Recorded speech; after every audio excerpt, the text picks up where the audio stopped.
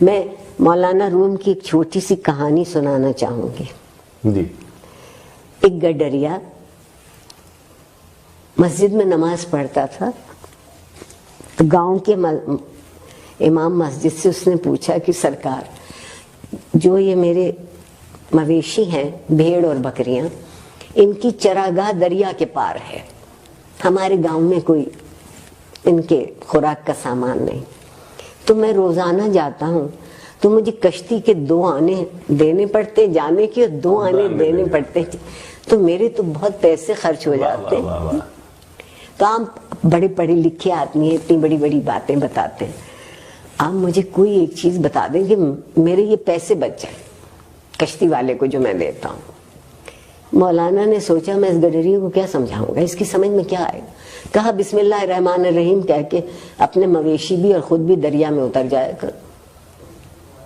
اگلے سے اس صاحب یقین نے، یہ بنیادی میں صاحب یقین نے جو ملا نے کہا تھا اس پہ اس نے بسم اللہ پڑھی، اپنا تہمد اپنی کمر سے باندھا، مویشیوں کو بھی اور خود بھی، اور دریا کے پار. آہا بے حد خوش، 2 آنے بچ گئے، میرے بچوں کا کھانا اچھا آ جائے.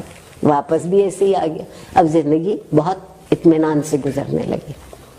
ایک دن شام کو وہ اپنے مویشی گاؤں واپس لانا چاہتا تھا تو دیکھا کہ مولانا بھی وہیں کھڑے اور بہت پریشان ہیں. دنیا بھر میں دستور ہے کہ سورج ڈوبتے ہی کشتیاں الٹی کر دیتے ہیں. ملا کشتی الٹی کر دیتا ہے کہ اب سفر ختم، اب کل جب سورج طلوع ہوگا تو پھر سفر کی ابتدا ہوگی. غروب ہو چکا تھا سورج. انہوں نے دیکھا یہ اپنے پورے ریوڑ کے ساتھ مزے میں گوالا گاتا ضرور ہے، ریوڑ والا گاتا ضرور ہے، اس کی طبیعت میں موج ہوتی.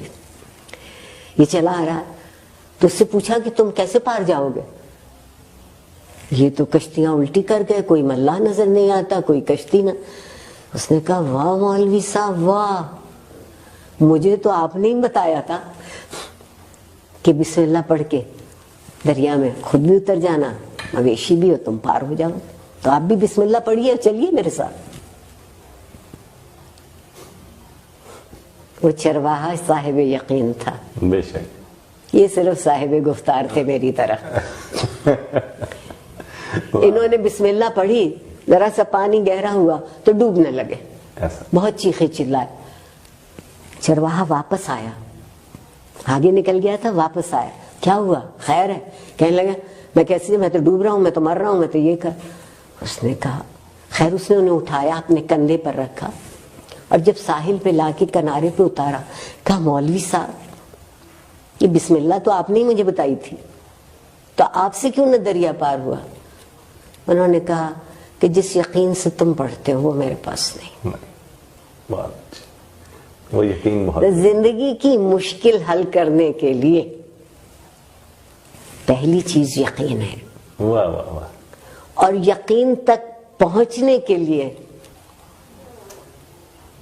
دوسری چیز متحد ہو جانا.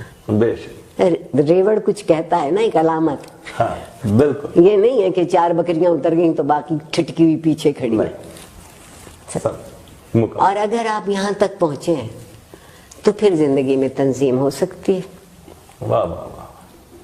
اگر آپ کبھی اکٹھے نہ ہوں، کبھی یقین پورا نہ ہو، تو آپ منظم بھی کبھی نہیں ہوں گے. بہت اچھا. جو اچھی زندگی ہے وہ منظم زندگی ہے. منظم زندگی ہے. بے شک. علم کا درجہ کوئی ہو یا نہ ہو، احساس تو جاگتا رہے. وہ تو رہنا چاہیے. تعلیم